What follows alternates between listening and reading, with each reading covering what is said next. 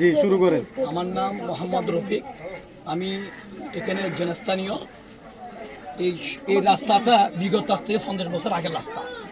এই রাস্তাটা আপনার সিডও আছে, ম্যাপে আছে, সব জায়গাতে আছে।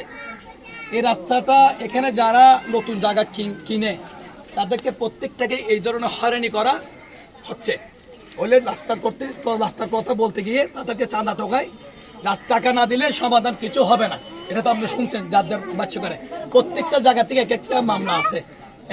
দ্বিতীয় কথা হচ্ছে এখানে এটা এখন বর্তমানে আমাদের যে মেয়র ডাক্তার সাদাত সাহেব, উনি আসলে অত্যন্ত একজন ভালো লোক।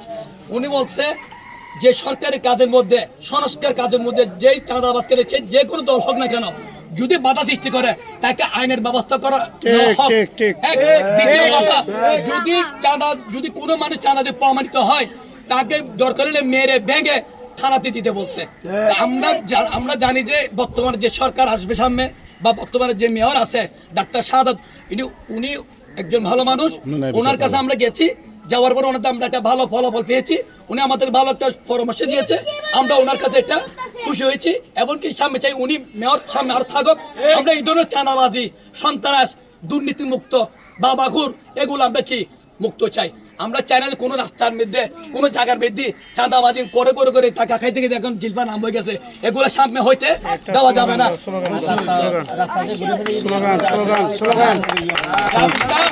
এখানে যে ইঞ্জিনিয়ার এসেছে, ইঞ্জিনিয়ারকে তো বসে এই লোকটা বলেছে যে এখানে আমি বিএনপি করি।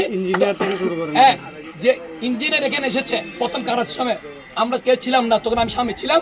ইঞ্জিনিয়ারকে বলতেছে এই রাস্তা করা যাবে না, আমি একজন বিএনপি করি, আমি একজন ডাক্তার সাদাত দলের লোক, এটা করা যাবে না, আপনি ওদিকে করবেন, এটা করা যাবে না। তখন উনি কিছু উনি বলতেছে এই লুটটা তো 50 বছর আগের লুট, যেখানে সরকারের রাস্তা পাথর পড়েছে সেটা সিটি কর্পোরেশন। তুমি যদি জায়গা পেয়ে থাকো তাহলে তুমি সিটি কর্পোরেশন যাও, সিটি করে তোমার সাথে এখানে রাস্তা কোনো বাধা দেওয়ার কোনো মানে আসতে না। রাস্তার সাথে বাধা দেওয়ার মানে কি, এটা চাঁদাবাজি করা, এটা কখনো করা দেওয়া যাবে না। আমরা যে সিটি কর্পোরেশন যে ইঞ্জিন আসছে ওনার কথা আমরা খুশি, আমরা সবাই একমত। এখন আমরা যারা মহল্লাবাসী, বারাতিরা আছে, কুমিল্লাবাসী, নোয়াখালী যারা আছি, সবাই আমরা এই রাস্তার জন্য আজকে বিগত অনেক বছর ধরে কষ্ট পাচ্ছি, এখন আর কষ্ট করা যাবে না।